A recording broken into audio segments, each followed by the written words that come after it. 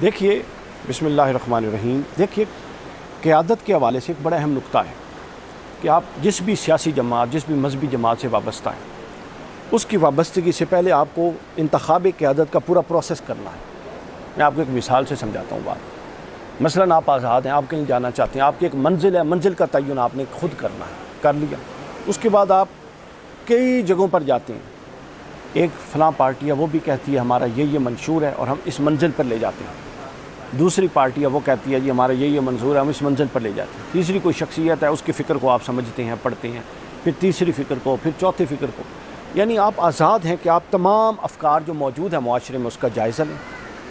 اس کے بعد آپ پورے غور اور فکر کے بعد اور پورے عقل کو استعمال کرنے کے بعد اور پوری ریزننگ اور لاجک کے بعد اور معاشرتی، سیاسی، سماجی حالات کو دیکھنے کے بعد ایک نتیجے پہ پہنچ جاتے ہیں۔ دیکھیں آپ نے پورا ورک آؤٹ کیا، آپ کو کسی نے باؤنڈ نہیں کیا۔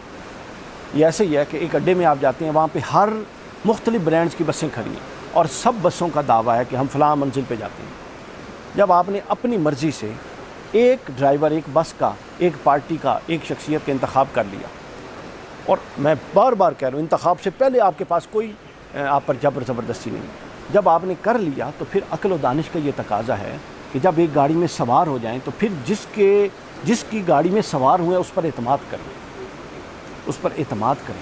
اور ہر چوک میں پھر سمجھدار لوگ راستہ نہیں پوچھتے بلکہ وہ گاڑی سوار ہونے سے پہلے سمجھ جاتے ہیں۔ تو جو تحریک منہاج القرآن کے پاکستان عوامی تحریک کے کارکنان ہیں، جب وہ اس گاڑی میں سوار ہو چکے ہیں، اور اس سے اگلی بات یہ کہ ہاں جب ایسا ہوتا ہے کہ آپ کی جس گاڑی میں آپ سوار ہوئے ہیں، جس فکر کے پیچھے آپ چلیں، اگر تو وہ فکر معاشرے میں مس فٹ ہو اور اس فکر کا معاشرے کے ساتھ حقائق کی بنیاد پر تعلق نہ ہو اور اس شخصیت کی تشخیص آپ کے امراض سے متعلق نہ ہو، اس کی کہی ہوئی ہر بات آپ کے معاشرتی اور مستقبل کے بعد ٹکراتی اور غلط ثابت ہو رہی ہو، پھر آپ ریویو کر سکتے ہیں۔ اگر وہ ہر بات صحیح ثابت ہو رہی ہے تو پھر کوئی حق بنتا ہے کہ آپ اس ہیجانی اور اس جذباتی کیفیت کا شکار ہو جائیں۔ ہمارے ہاں تو رونا یہ تھا مذہبی لوگ جذباتی تھے، اب سیاسی لوگ بھی جذباتی ہو گئے، تو لہٰذا جذبات ہر جگہ خرابی ہے۔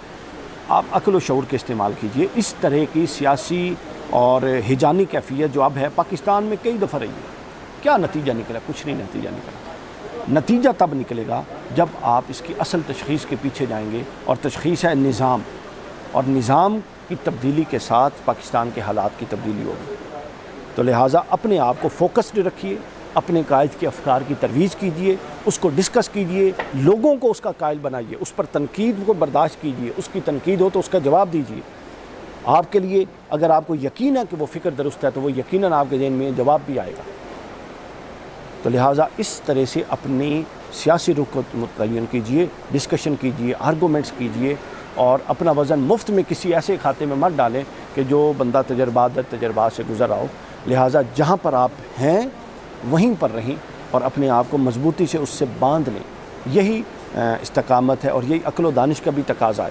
ہاں جب ایسے حالات کبھی آئیں، آپ کہیں جی ہمارا قائد تو یہ کہتا ہے اور ثابت یہ ہو گیا، تو پھر آپ کے پاس حق ہے ریویو کرنے کا۔ جب ایسا ہو ہی نہیں رہا، جو آپ کا قائد کہتا تھا اس سے 4 قدم آگے جا کے وہ ثابت ہو رہا ہے، تو پھر آپ ڈاواڈول ہوں، تو پھر یہ ناانصافی اور ناسمجھی کی بات ہے۔ تو لہٰذا اپنے آپ کو مستعد رکھیے اور استقامت کے ساتھ چلیے۔